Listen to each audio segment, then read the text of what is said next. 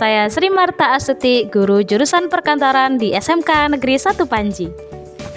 Saya mahasiswa PPG dalam jabatan kategori 2 Universitas Negeri Malang. Hari ini saya akan melaksanakan PPL aksi ketiga. Yuk ikut ke kelas.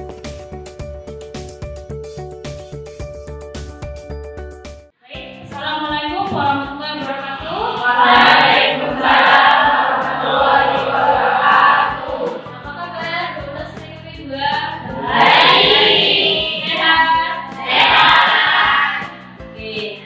Bahagia hari ini? Bahagia. Enggak ngantuk seperti ya? Enggak. Sedikit sih. Sudah bobo ya? Oke. Anak-anak, hari ini sebelum kita memulai pelajaran, ada baiknya kita kalau baca doa dulu. Oke, kita mulai dengan berdoa. Fitri bisa mimpin? Silahkan, mimpin Fitri. Sebelum pelajaran dimulai, marilah kita berdoa. Berdoa mulai. Dina.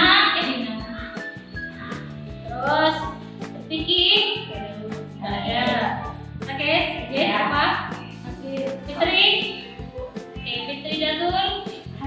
Fitri Aiki.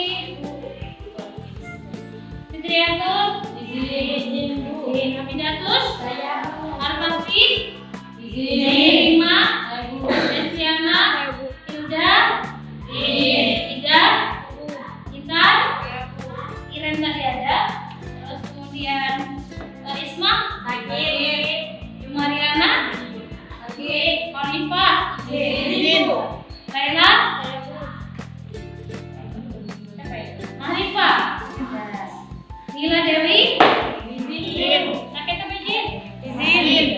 Yuda. Pita Kusnia. Muhammad Farhan. Muhammad Firdaus. Kemudian Muhammad Jalani. Muhammad Wahid Saputra. Oke. Ya. 1, 2, 3. Konsentrasi. Konsentrasi. Konsentrasi. Konsentrasi. Mata. Konsentrasi. Konsentrasi dulu.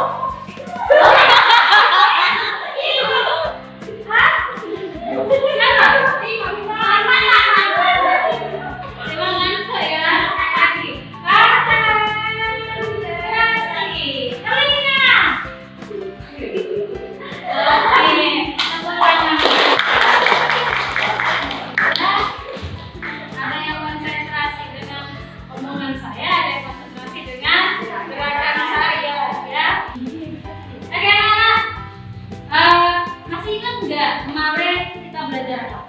Ingat apa?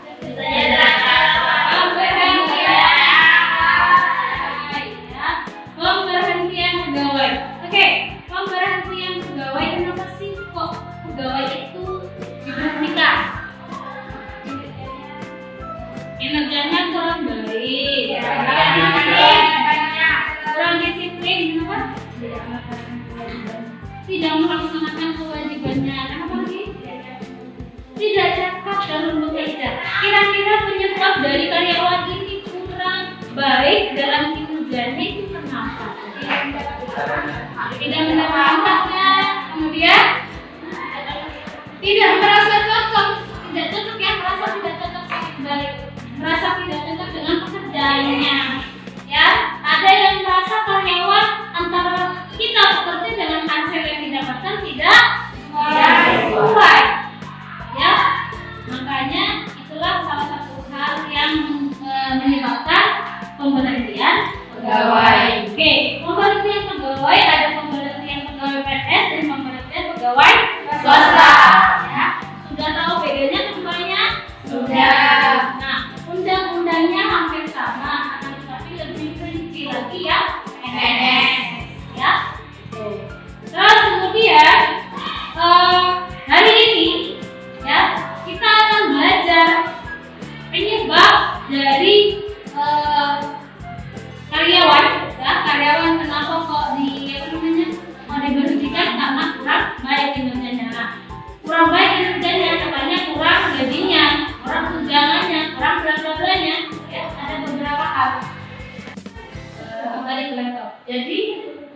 karyawan yang merasakan ataupun ada beberapa sampai beberapa alasan yang menyebabkan karyawan tidak bisa bekerja, yaitu salah satunya adalah kesejahteraannya yang tidak diperhatikan oleh perusahaan atau instansi.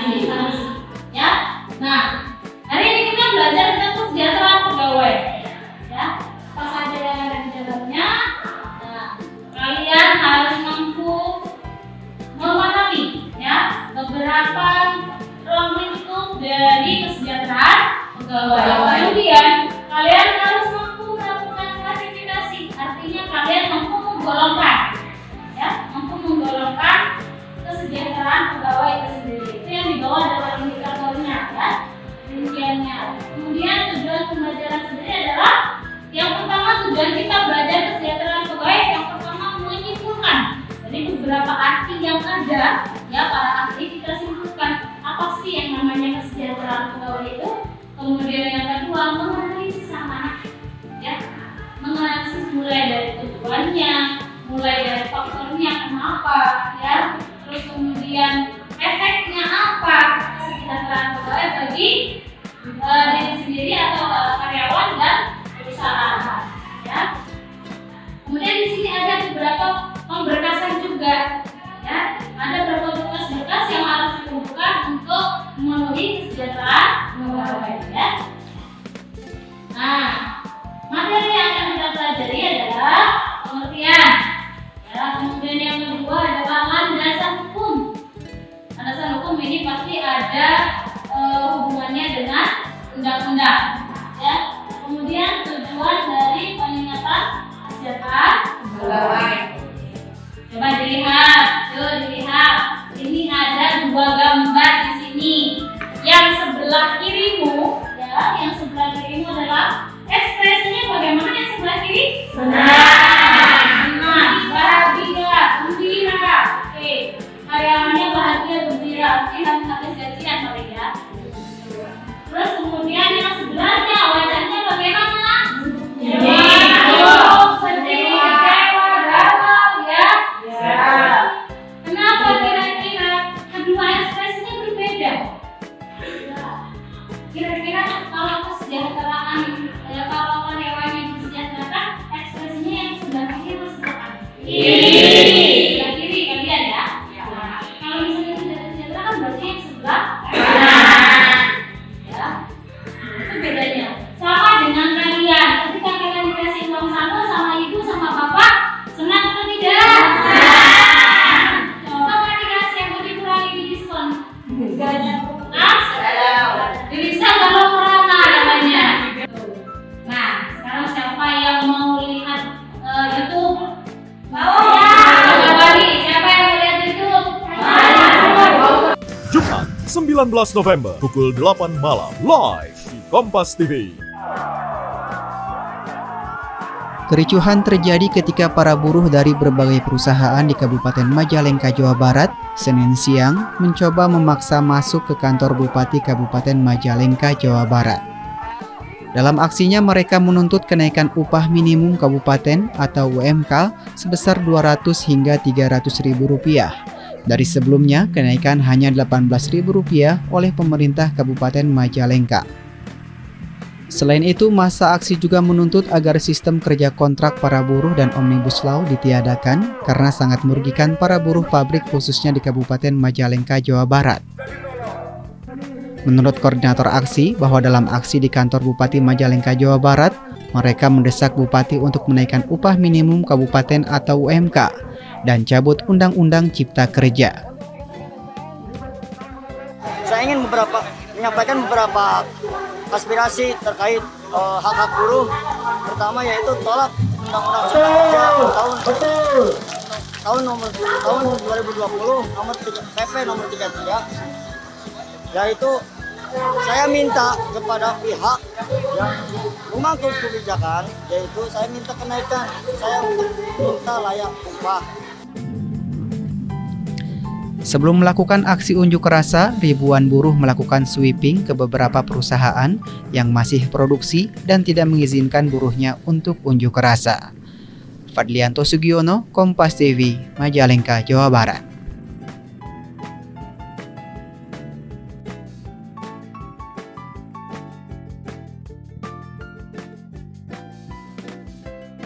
Oke, kira-kira kalau kalian mencermati tadi video tadi itu tentang apa? Unjuk rasa. Unjuk rasa dari karyawan sebagian ya. Sebagian karyawan di perusahaan yang menuntut kenaikan upah karena adanya UU Cipta Kerja. Ya.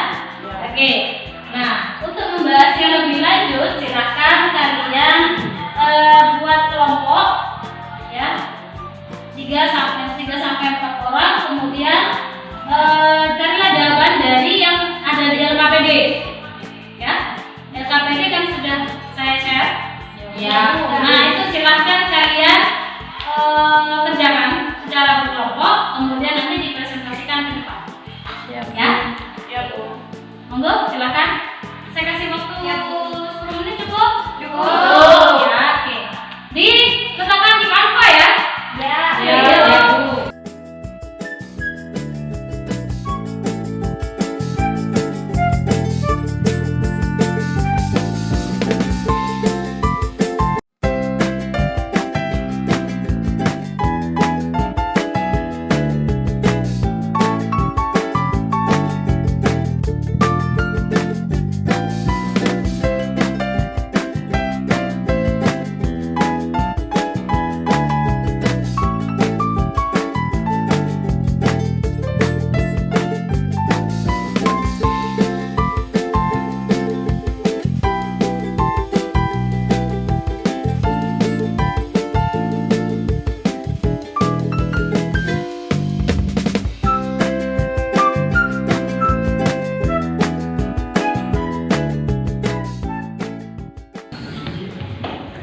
Assalamualaikum warahmatullahi wabarakatuh. Waalaikumsalam warahmatullahi wabarakatuh. Jadinya kami di sini untuk presentasi, bukan untuk menyampaikan isi hati. Perkenalkan, kami dari kelompok 2. Nama saya Tika Kusnia. Saya Mimi Mayati. Saya Tanur Amalia. Saya Muhammad Firdaus. Saya Muhammad Firdaus. Di sini kami akan mempresentasikan apa yang kita tonton YouTube tadi. 1. Dari video yang telah Anda simak, apa yang bisa Anda amati dari video tersebut? Yang dapat saya amati terkait dari video tersebut adalah adanya unjuk rasa yang dilakukan oleh para buruh tani berbagai perusahaan dikarenakan menurut upah minimum kabupaten atau WMK. Dan selain itu, para buruh juga menuntut agar sistem kerja kontrak dan omnibus law atau undang-undang cipta kerja ditiadakan karena dapat merugikan para buruh pabrik. Bagaimana menurut pendapat Anda yang dilakukan oleh buruh tersebut?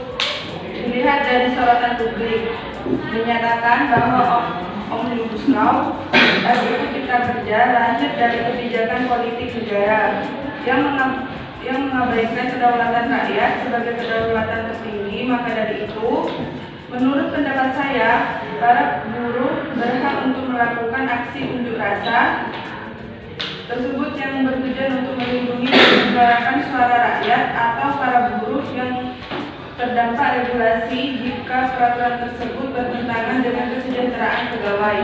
Dan dalam melakukan aksi unjuk rasa tersebut, sebagai buruh harus paham atas dasar terjadinya kasus tersebut, jangan sampai terprovokator oleh orang-orang lain. Ya, Indonesia dikenal dengan negara demokrasi di mana suara apresiasi dari rakyat itu harus didengarkan. Omnibus Law jadi RUU yang paling banyak jadi sorotan publik. Selain dianggap banyak memuat pasal kontroversial, RUU Cipta Kerja dinilai serikat buruh hanya mementingkan kepentingan investor. Menurut pendapat Anda, apakah peraturan tersebut sesuai dengan landasan hukum pada kesejahteraan pegawai? Berikan alasanmu. Menurut pendapat saya, peraturan tersebut tidak sesuai dengan landasan hukum pada kesejahteraan pegawai. Karena jika dilihat dari substansi RUU Cipta Kerja, hanya memberikan keuntungan kepada investor mulai dari pengurangan pajak, korporasi, penghapusan sanksi pidana, sampai kemudahan mengeksploitasi kelas pekerja. Oke, sudah? Selanjutnya, apakah ada yang ingin bertanya? Jika ada, semoga harimu senin terus. Farhan, belakangan Fitri. Mengapa pemerintah mengusulkan adanya Omnibus Law atau RUU Cipta Kerja? Mengapa? Kenapa kok mengusulkan adanya Omnibus Law? Kenapa? Law. Karena pemerintah beranggapan bahwa dengan adanya gelombang investasi guna mempercepat proses pembangunan dan langkah strategis ini menjadikan Indonesia sebagai 5 besar kekuatan ekonomi dunia.